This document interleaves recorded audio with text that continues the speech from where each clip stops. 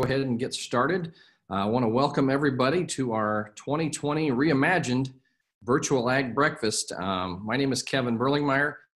I work here at Hartman Bank and Trust Company, and I lead our services team of farm managers, real estate salespeople, and also I lead our rural markets ag lending team here at the bank. So we are so excited to have you join us this morning. I will tell you, this is probably not the format that we're used to. This program is presented by the McLean County Chamber of Commerce Agribusiness Council. We always have an annual event, usually takes place in the spring in March, where we celebrate Ag Week. Obviously, due to the pandemic, we weren't able to do that. So we had to come up a different way to make this work. And we talked about doing hot yoga, but then we thought, well, we'd have to add some sort of ag flair to that. But so we'd have hot goat yoga, but we couldn't come up with enough goats. So here you have us. This is the 2020 virtual ag breakfast. So we want to welcome you. For those of you that did have the opportunity to grab a breakfast last night, we hope you're enjoying that breakfast casserole from Nelson's Catering this morning. Or maybe you've already enjoyed it, but and we received a really awesome placemat from the kids at Corpus Christi School that put those together. So hopefully you're dining this morning with your placemat, and there should be a program in your meal bag as well. So you can also find the program online at the Chamber website, www.mcleanchamber.org on the Ag Breakfast page, and there's also a link available in the Zoom chat box. And while you're watching from home, we do want to make sure you're snapping pictures of yourself and tagging the chamber at #McLeanCoChamber. So we want to see what everybody's photos look like this morning, whether you're in pants or you're not in pants. Hopefully you are. Whether you've got your hair done or not, we do want to see how you're engaging in our reimagined event. So anyway, make sure you snap those pictures and post them at #McLeanCoChamber and get those out on the World Wide Web here and on social media. So thanks to our sponsors. We could not have done this program without the generous contribution of our event sponsors. On the screen, you'll see a list of all of our Ag Awareness Breakfast sponsors if we move to the next slide. And you can also find a complete list of the event sponsors in the program. We do want to say a special shout out and thank you to our presenting and Ruby sponsor, Growmark, our Emerald sponsor, Brandt, and our Sapphire sponsors, Evergreen FS and Country Financial. So thank you to all our sponsors. If you're not doing business with these people, you need to be. They're supporting agriculture here in McLean County. So we appreciate all of the support that we're getting from all of our sponsors here this morning. They made your Ag Breakfast possible, and they make a lot of good things happen here in McLean County with our agriculture team. We also would like to recognize the University of Illinois Extension, serving Livingston, McLean, and Woodford counties, for allowing us to utilize their Zoom platform this morning for this virtual presentation. So thank you, University, for that. As you remember, if you've ever been to an Ag Breakfast before in March, we always have the Pass the Hat for the John Maitland Agricultural Awareness Fund. Obviously, we're not in person today, and we don't have hats. So we did try to collect some money yesterday at the breakfast drop-off, and it was amazing how many people don't carry cash. So we're going to give you that opportunity. On your screen, you should see a donation option there, the mcesfoundation.org/donate. You can go to that and indicate Maitland, leave a comment in the comment section, leave Maitland. And we're going to raise some more funds today, I hope, to help agriculture awareness in McLean County. The John Maitland Agriculture Awareness Grant, the Maitlands are very generous. They started this in 2002 and have continued for the last 18 years, but they sponsor 2 grants every year to teachers to help promote ag awareness in the classroom. And so we're going to do that again today. Want to say a special shout out to the Maitland family. I know they're having a I think at their place. So welcome, Maitland family, and thanks for joining us this morning. And thanks again for matching all the donations that we collect today. So really appreciate your generosity there. We're going to go ahead and move forward. We always have our program. We always start with the Ffa Creed and the 4-H pledge. So to begin our program, I would like to introduce and welcome Megan Mauser with the Tri-Valley FFA, or excuse me, Morgan Mauser. Morgan is a second-year member with the Tri-Valley FFA. She's also a 7-year member of the Downs Top Notchers 4-H Club. And she was recently named the Section 9 FFA Sentinel for 2020-2021 year, and Morgan was the 2020 Illinois State FFA Creed Speaking Contest champion. So we are super excited to have Morgan with us virtually here this morning. So we're going to listen to a pre-recorded video of the FFA Creeds spoken, our state Creed speaking champion, Morgan Mauser. My name is Morgan Mauser. I'm from the Tri-Valley FFA chapter. The FFA Creed by E.M. Tiffany. I believe in the future of agriculture, with a faith born not of words, but of deeds. Achievements won by the present and past generations of agriculturalists in the promise of better days through better ways, even as the better things we now enjoy have come to us from the struggles of former years. I believe that to live and work on a good farm, or be engaged in other agricultural pursuits, is pleasant as well as challenging. For I know the joys and discomforts of agricultural life and hold an inborn fondness for those associations, which even in hours of discouragement, I cannot deny. I believe in leadership from ourselves and respect from others. I believe in my own ability to work efficiently and think clearly with such knowledge and skill as I can secure, and in the ability of progressive agriculturalists to serve our own and the public interest in producing and marketing the product of our toil. I believe in less dependence on begging and more power in bargaining, in the life abundant and enough honest wealth to help make it so, for others as well as myself, in less need for charity and more of it when needed, in being happy myself and playing square with those whose happiness depends upon me. I believe that American agriculture can and will hold true to the best traditions of our national life, and that I can exert an influence in my home and community, which will stand solid for my part in that inspiring task.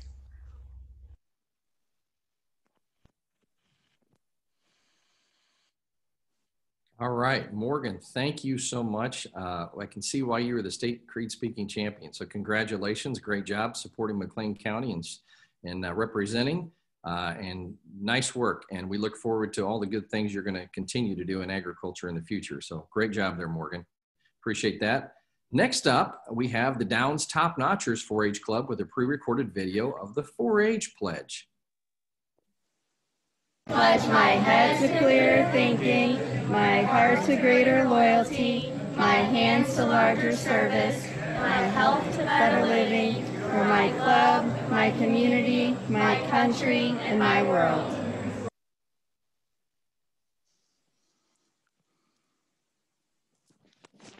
All right, great job, Top Notchers.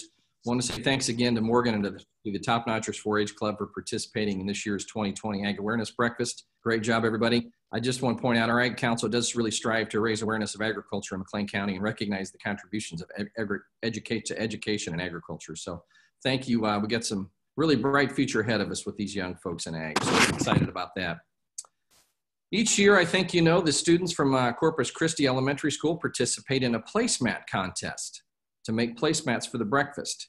And for those of you that had the opportunity to pick up a breakfast last night at one of the 2 drop-offs, we had some pretty cool placemats. So the students at Corpus Christi have teachers who value the incorporation of agriculture in their classrooms, and the winners of the placemat contest were chosen on their representation of agriculture in Mclean County and the effort that was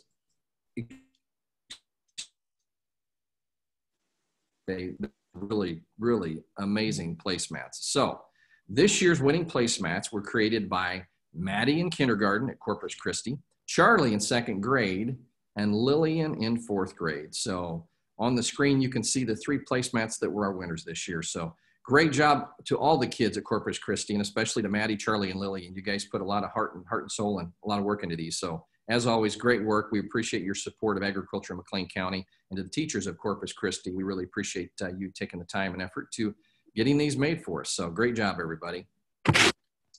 The Mclean County Farm Bureau proudly presents the Ffa Service Award for all Mclean County FFA chapters each year. This is one way to recognize and encourage the next generation of our ag leaders here in our community. The Ffa Service Award honors a student who unselfishly serves their FFA chapter and recognizes a student who demonstrates leadership through service. Students are nominated by their local ag teachers. The 2020 Ffa Service Award winners are Abby Boland from Blue Ridge, Ashlyn Moole from El Paso Gridley FFA, Lauren Toohill from Hayworth. From the Leroy FFA chapter, we have Brian Clapp. We have Beth Clark from the Lexington FFA chapter, Abby Wright from the Normal West FFA chapter. From the Olympia FFA chapter, we have Kaylee Little. Kelly Jones is our winner from the Ridgeview FFA chapter, and Cassandra Bean from the Tri-Valley FFA chapter. So we want to again say congratulations to the 2020 FFA Service Award winners. Great job, everybody. Once again, agriculture has a really bright future with good young leaders like all of you. And so great job on your award, and keep up the good work. We're going to move on to the 4-H awards. There's a pin that comes out for 4-H. So obviously you have to be in 4-H for 10 years, but there's a 10-year member group of youth that are truly dedicated to 4-H here in McLean County. They've mastered several project areas and are role models for all of our younger members in 4-H. They've shown perseverance and a commitment to the 4-H program. Obviously, by doing that for 10 years in a row, they've stuck it out and they put their heart and soul into it. So want to recognize our 2020 4-H Pin 10-year Puerto Pin Awardees. For 2020, we have Courtney Anderson and Jennifer Smiklis from the 3F 4-H Club. From the Ardent Tillers, we have Clayton Thomas. Kelly Cooper Schmidt is representing the Blazing Saddles Club with a 10-year pin. From the Bloomington Busy Bees, we have Jake Warren. We have Lily Upchurch from Bridle Path 4-H.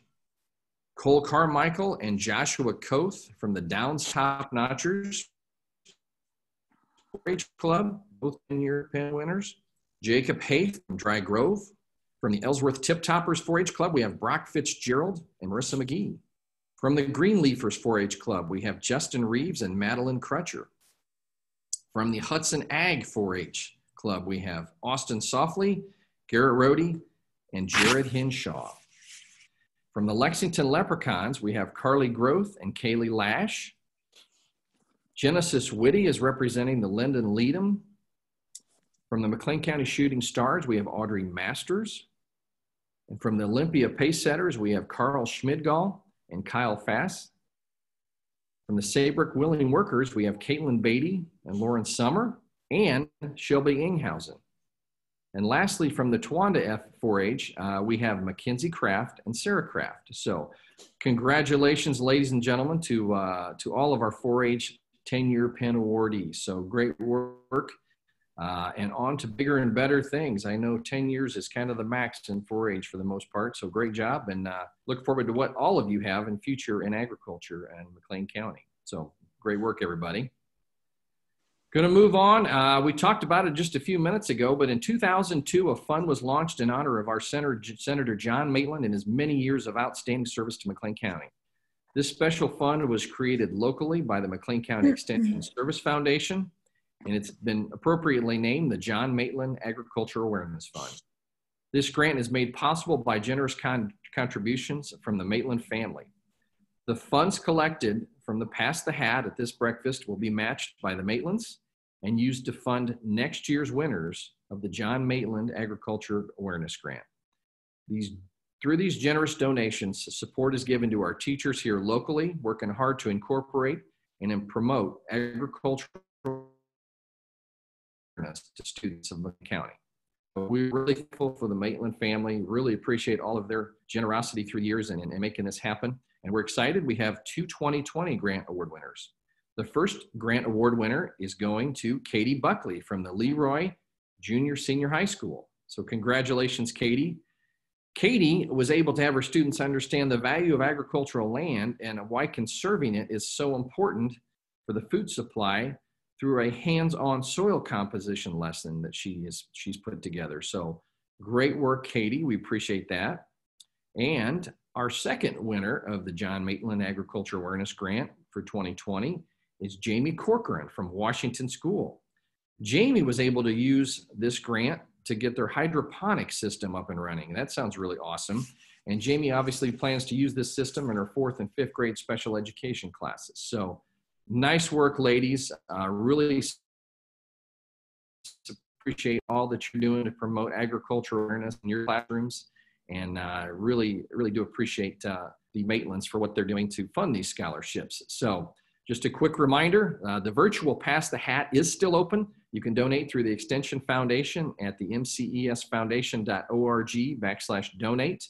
And then when you do that, make sure in the comment section you leave the word Maitland in there so that we can apply the designation to the right fund there. So once again, congratulations, Katie and Jamie, and really appreciate all of the generosity of the Maitlands over the years and how they continue to do that. So thank you, everybody. Great work there. Lastly, we've got the Holder Grant. The Holder Grant is provided through the Family Foundation in honor of the late George Holder and his wife Elizabeth, longtime McLean County farmers, and I believe that might be descendants of the David Davis family as well. So it's the Holder's family's to a teacher who will use the funds to promote agriculture awareness in the classroom. And I'm really excited. This year's 2020 winner of the Holder Grant is Kristen Myers from the Tri-Valley High School Agriculture, Horticulture, and Biology Department. This grant allowed Kristen and her department to progress on the remodel of their greenhouse at Tri-Valley. This project benefits every student K through 12 in Tri-Valley School District by giving them an opportunity to experience work-based learning in the greenhouse environment. So we hope that the school gets open very quickly. I know, Kristen, you put a lot of time and effort into making sure that happens, and just what an effort to promote agriculture and teach these young folks in the Tri-Valley School District all about agriculture. So thank you for that. Congratulations on your award, Kristen, and thank you to the Holder family for their generous scholarship there. So once again, I want to say congratulations to all of our award winners this morning. Everybody keep up the great work.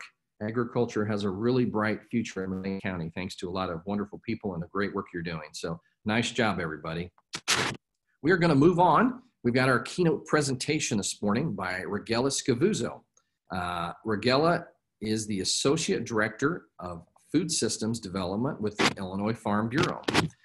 Regella Scavuzzo started with the Illinois Farm Bureau as the Local Foods Program Manager in the Governmental Affairs and Commodities Division in 2017. She's now the Associate Director of Food Systems Development for the organization. In this position, Regella is responsible for developing and coordinating farmers and food market channels for local food initiatives and food safety.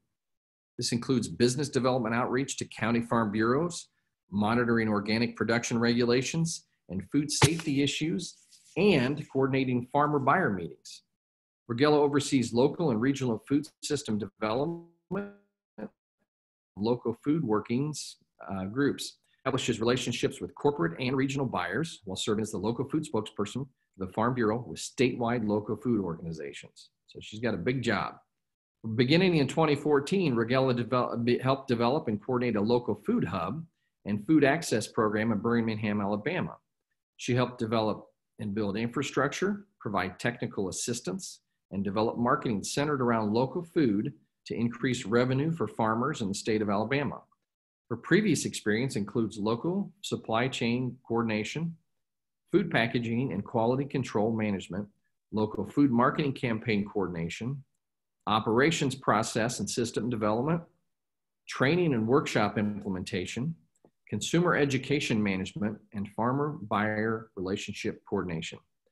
Regella holds a bachelor's degree in biochemistry and a bachelor's degree in classical studies with a focus in Latin from Westminster College.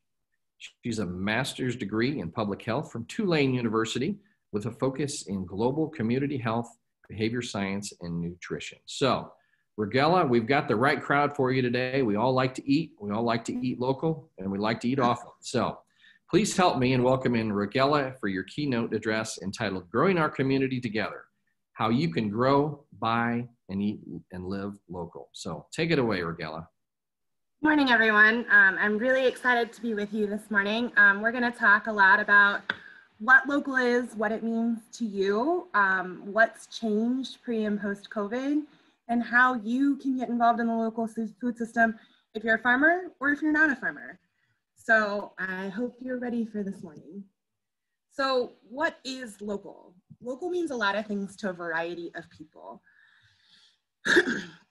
Some people define it as a 500-mile radius, others it's a 250-mile radius, 100-mile radius, the state, their county, their region.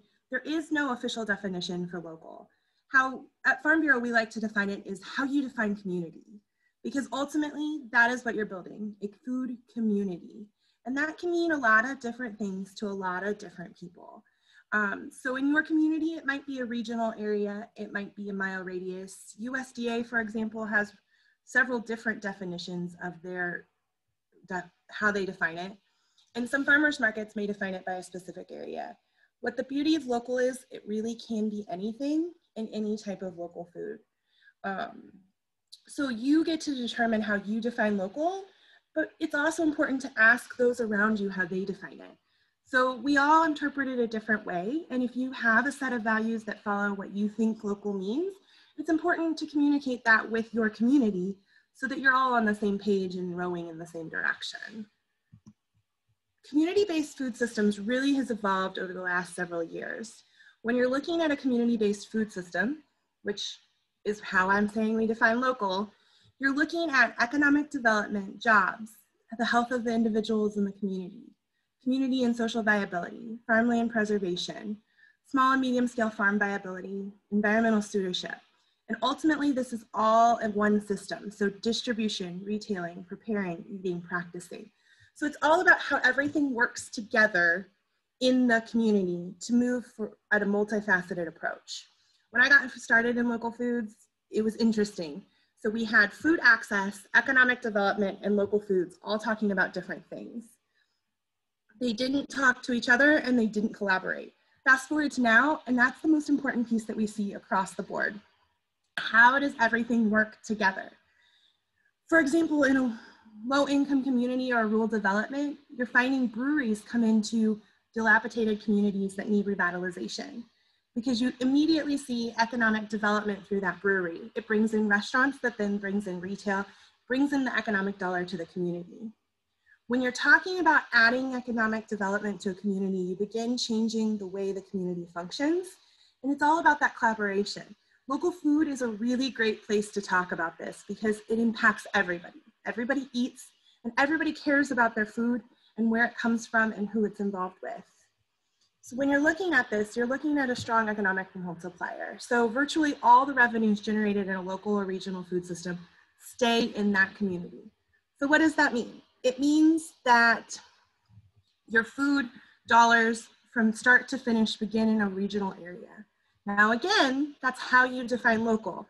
So it could be a really, really specific area if you're looking at a 25-mile radius, or it could be a regional area if we're looking at food going through Missouri, Illinois, and Iowa. So how it's defined depends on how the economic dollars work. But what happens is the farm food is moved through a smaller location to a local aggregator or processor. It's distributed through a local community chain into the local restaurant's food system or retail area, and then it goes to the community members in that community. When you look at all this, the inputs, the outputs, everything stays in a geographic area, which means all the food dollars stay in that community. The more pieces of the system you have in a local community, the more money stays with that community. Am I losing you? I hope not. So ultimately what we're looking at is a way for you to grow your community economically and support each other. So when you shop from a local farmer who buys their local seed from the local business, who processes the meat from the local locker, and it sells into that small grocery store in your town, all of that is staying in your community. And you can support this in multiple ways. But it's important to understand how your food gets to your table. And it's by asking questions. Where did it come from? How did it get here? And where is it going? All of those pieces help support your community. And that's ultimately what the local food movement is.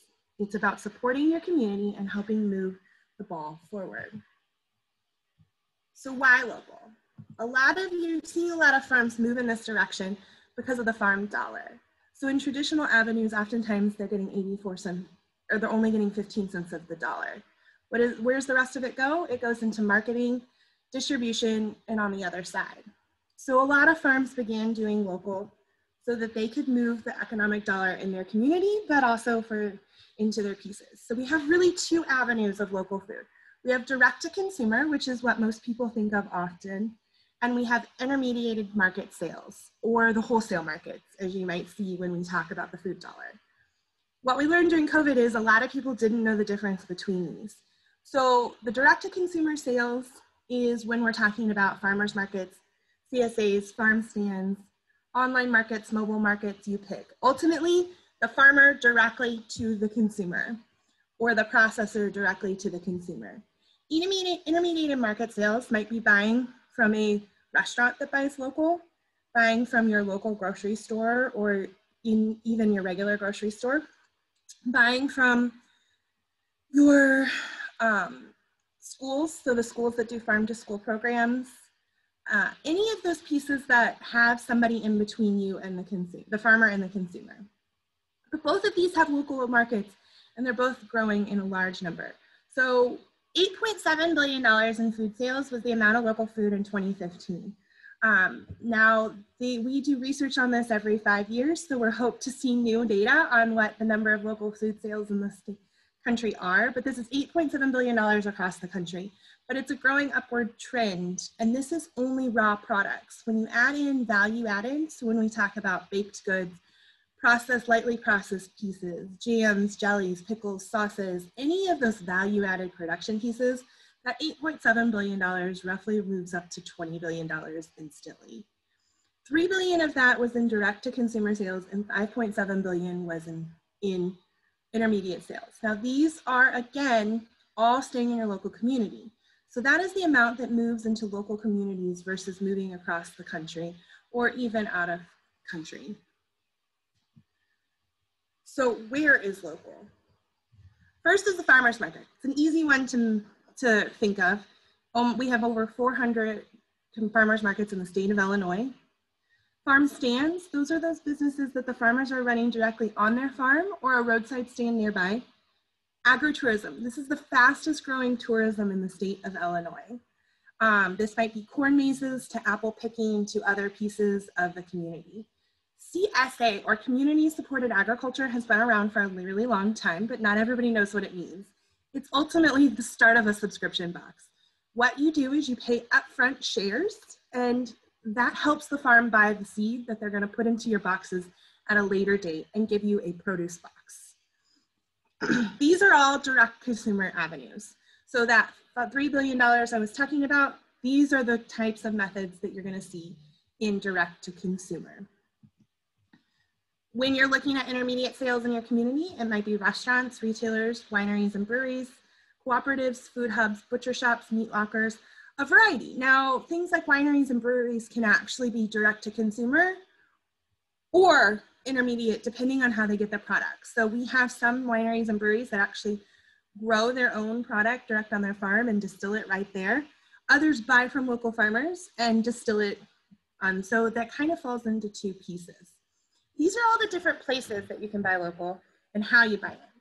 Now, what's interesting is this changes from time to time where you find local. And we've seen this change dramatically over the last 4 months, actually. So it used to be you could only go on to the farm stand and get your product, or you had to go to the farmer's market to get direct to consumer. But we're seeing technology change the way that we shop local. Again, that also changes the definition of local. So one of the big things is, how do you find it? Well, there's a directory for that. We've collaborated with statewide organizations. We have multiple partners to help build a directory that allows you to find local in your community. And this is all those different types. So it might be wholesale businesses to restaurants to farms, and you can search and look for your businesses right through the directory. And you can find these directories on multiple websites, from Market Maker to Buy Fresh by Local Illinois to specialtygrowers.org/shop-local. Because they share an API, all the directories have equal platforms. Some may have specific to their membership, but they all share it so you can find farms across the platforms. trying to make it easier to connect with you. This is also how they can add e-commerce. So we're seeing the businesses begin to add online stores and shipping, which again, like I said, changes a little bit how you define local, but it allows them to reach a broader audience, especially in a time like COVID, where maybe you don't want to go on the farm, or maybe you can't get to the farm, or when we were having flour shortages, you could have flour shipped directly from your local grain mill to your house. So this is to allow them to have online platforms. You're also seeing it through Facebook and websites, and allow them to look at their different pieces.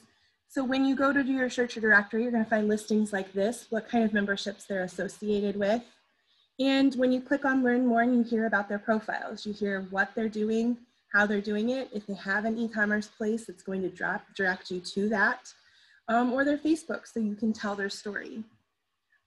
Just like Buy Fresh, Buy Local as well, which is a national brand or statewide branding program that allows them to promote that they're a Buy Fresh, Buy Local community. What does all this mean? Well, ultimately, it's about how you tell your story, how you share your story, how you engage in policy reform, provide community education, and support your community. Ultimately, local is about telling that story. So for example, the Lieutenant Governor's office is doing what she calls the hashtag cultivating our communities. She takes those processes and she looks at how to tell the story of the farm and share it through social media. It allows people to tell their farm story or their food business story to the community and let them understand what it is. So what I said earlier, local is however you define it. This is your chance to talk about why somebody grows the things they grow, how they grow the things they grow, and what it means to their family. So it might be a local mums and pick your own strawberry business. It might be the local cheese business that's now partnered with another dairy, so they're doing at-home milk and cheese deliveries right to the doorstep during COVID. It might be how a family business has expanded to hydroponic lettuce growing, and they're partnering with the local meat producer to offer boxes that have a variety of pieces. We're going to answer questions, by the way, so feel free to answer those in the chat box. We'll answer them in just a few minutes. I really hope you have some. So telling your story is a great way to share what local means to you. And we all have a local story. Even if you're not a farmer, you have it. I don't farm, but local means everything to me. My family grew up in a local grocery store where I learned about produce that way, and it expanded my story beyond those pieces. But my family survived our local community because we were a local grocery store buying from our local farmers. So my connection to local became an intricate part of me before I even knew this is what I was going to do. So telling your story and why you support local is a great starting place.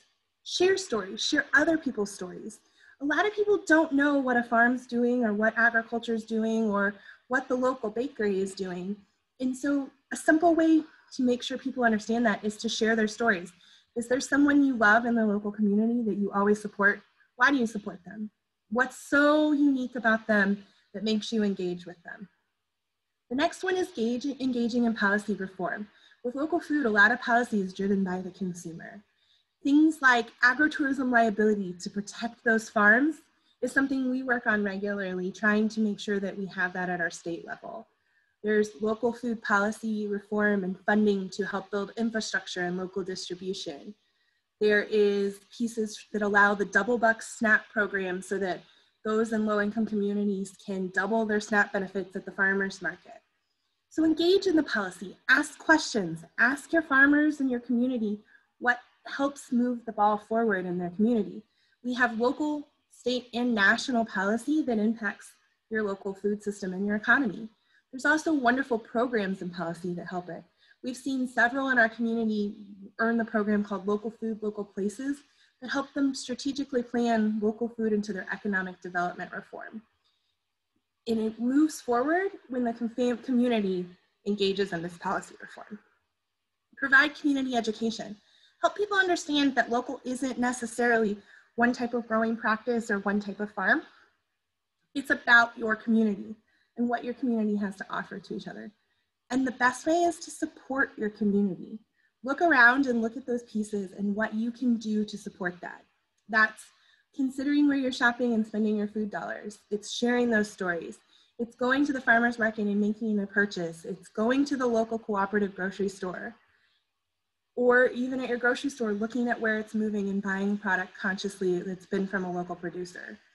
It's discovering what your community needs and how to move the ball forward for your community. When you live local, shop local, grow local, and eat local, you're ultimately building a better community for you and your family. With that, I'm ready to take questions. We have questions for Regala.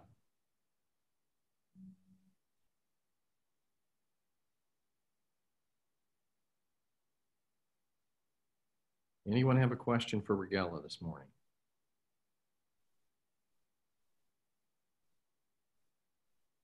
Well, you must have covered it all, Regala. Got it all knocked out. Yes, so. I'll ask a question. Obviously, there's the farmers market in Bloomington. Are there other local farmers markets in McLean County that we're not aware of? There are. So during COVID, unfortunately, I don't think the Downs one is operating, but there is the Downs. Leroy had one for a little while, but an easy way to find that is to go to the Shop Local websites, and they have a map, and you can actually search just by your county in your farmers markets. So if you go to specialtygrowers.org/shoplocal, click farmers markets and click McLean County, you'll see a listing of every farmers market in your community. I see a question, Market Wagon impacted local food. Seems like a great way to have farmers markets delivered to you. So it is. Market Wagon is brand new, and it's something that we see a lot of with like food hubs as well. So food hubs is a local market aggregation system. Basically, it allows farms to aggregate their product together and sell it to retail or consumer pieces. Market Wagon is brand new, and it's recently started in Central Illinois and is available in McLean County. And what it allows people to do is have home delivery from a variety of local farmers who put their product listing available, and you can shop by all the products, and a bag basically is delivered to your house with all the different grocers from local farms. I have heard really great things from our farmers that have started using this. They're seeing large growth. It seems to be easy to use for the farmer, and I've also seen it being delivered in some really rural communities that don't have easy access to home delivery as well. So what you're seeing with Market Wagon is two unique opportunities. You're seeing this about pieces for farms to be able to have delivered to communities they don't typically deliver to, and you're seeing those that don't always have access suddenly have access to a variety of products.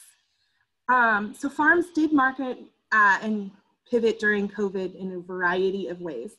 A lot of your local food markets and a lot of farms in general were selling to institutional buyers. This means to retailers, restaurants, and schools. When COVID hit, all of a sudden, all of these markets dried up, and we had to see a pivot in how we moved the market to the consumer. We saw phenomenal things across the state, but also in McLean County. For example, Rock Jersey Cheese and Kilgus Dairy partnered together. Kilgus had milk and cream available. Rock had phenomenal cheese together, but they also had a large institutional loss that needed to move the product. They started during COVID doing home deliveries of your milk and dairy products. Because they partnered together, it was lower cost and infrastructure, but also allowed them to reach a broader piece. This also allows them to market for each other. So they also sold their product in each other's farm stores as well. We saw people move to e-commerce very quickly. We saw a lot of partnerships and collaboration, which is ultimately the driving force of local food. So people moved through this piece by partnering and supporting each other and sharing those stories. We saw small businesses begin to move those pieces and move those from different communities to allow them to shift from one business to another model. Places like the cooperative grocery stores offered 2-for-1 milk to move the milk quicker for farms. We saw a variety of packaging and options. We saw increased upticks in ordering for CSA programs. We're also seeing other changes, like agritourism businesses requiring reservations before you come on the farm, safety practices that allow them to do curbside pickup, and other pieces to try and ensure that they're protecting their businesses, but making sure it's safe. Farmers markets started doing pre-orders, requiring masks, and not allowing people to touch the product to reduce that and ensure that the product is safe. What is the carbon footprint of food delivery to homes versus mass delivery to stores? It's a wash if we're spending more meals, etc., and packing, it's a lot. So from a labor standpoint, we did see some increase in labor for doing packaging of individual orders online. However, what we're seeing with home delivery to homes is we're seeing it not just by one business, because it isn't practical, and you're right, the carbon footprint becomes large if every farm is individually delivering every order to there. What we're seeing is a partnership. So it's multiple farms partnering together for that home delivery. And it's in a very strategic route and pattern so that they're trying to reduce the number of places that they're going. And a lot of this happened because of COVID. It also happened because they aren't all ready for retail. The grocery store couldn't necessarily take all those products and they still needed to move it. But we're seeing an uptick in home delivery across the board anyway. Online ordering for food safety purposes became a piece. What the actual carbon footprint of that is, I can't tell you, I'm sorry, Beth. But they are looking at those pieces. As for packaging, a lot of it comes in reusable grocery bags or packages that are continued use versus being individually wrapped. Other questions? That's some great questions so far. We have. I tried to leave enough time to answer those since I knew we were on a strict time schedule. I guess I have another question. You go to the local grocery store and you always wonder when you're, wandering through the fruit and vegetable section, how much of that stuff actually is sort of.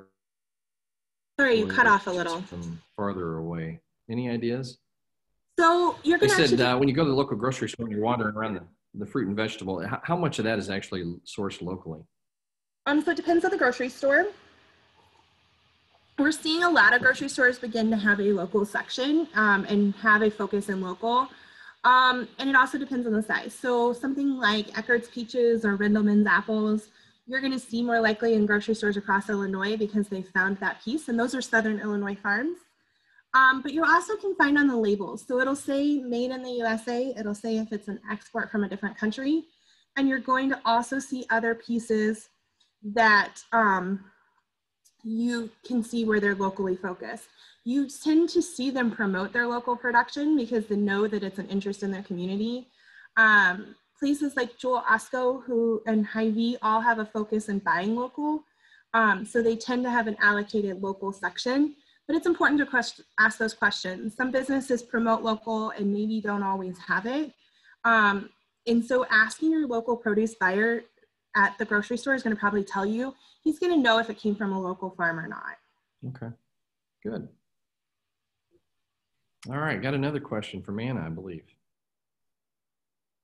So can you share about the USDA Farm to Farmer Food Box program and how it provided opportunities to local farms?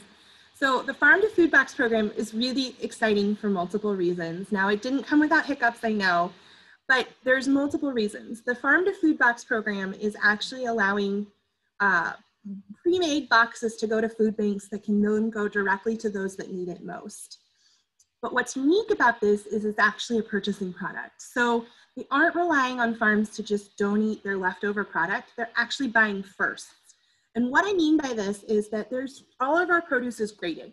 Everything you see at the grocery store is a first, which means it's in pristine condition. And your farms painstakingly make sure that those are in pristine condition. But they always have wasted product that are seconds. And those don't typically move. They either have to be donated, composted, or sold at a very, very low price. Unfortunately, a lot of times, that's what the food banks get. During COVID, we saw a large need at the food banks, and we had a lack of volunteers that could break down a truckload of sweet corn quickly, and they needed something that was easier to just load into somebody's trunk and go. What's fascinating about this is we were actually working with Feeding Illinois on a statewide program of this prior to COVID, but USDA launched their own program nationally that allowed this program. So it allowed distributors to apply for a grant program that would allow them to purchase product directly from farms and put it into specific kinds of boxes. We have a fluid milk box, a dairy box, which is milk, cheese, yogurt, a protein box of poultry and pork, pre-cooked, and produce boxes, or a mixed box of all of these. And there was a focus on local farms, which meant the distributors were not just supposed to be buying from anywhere, they needed to actually buy from farmers in our communities. This was actually done to help move some of that excess product that we were seeing lost during from institutional buying into a directed place and still have the sales that they needed to ensure that their farms weren't operating a loss. It also reduced the labor needs for food banks because it had to come in a consumer-friendly sized box. These were 20, 30-pound boxes full of food fresh from our local farm. And we saw phenomenal partnerships grow out of this. We saw our small businesses like Central Illinois Produce be the distributor for our community, going to all the food banks in our community and working with our farms right here in our community. And they were able to buy large amounts of product that they couldn't typically move. And it was quality product going to those in need. So you saw things like rock cheese or Kilgus Dairy have those products moved directly into there. You were seeing lettuce from different businesses, and you could know who the farm was. You were able to move the product and it was able to purchase it. So we hope to see that this helped really allocate some of that burden of that missing pieces that we were looking for, but it also helped accomplish some really big needs in our community. So Emily mentions Prairie Earth in Atlanta selling directly to schools in Lincoln, and it's awesome. Completely agree. There's actually a national program called Farm to School. We have a program here in Illinois that actually allocates income dollars to incentivize purchasing local food for your community. This is where things like Apple Crunch Day across the state happens. So the same day across the state, everybody bites into a local apple and learn about their local apple. But we're also now seeing that on a twofold piece. Schools like Lincoln are prioritizing buying from local farms and breaking that product down a little bit more than they normally would.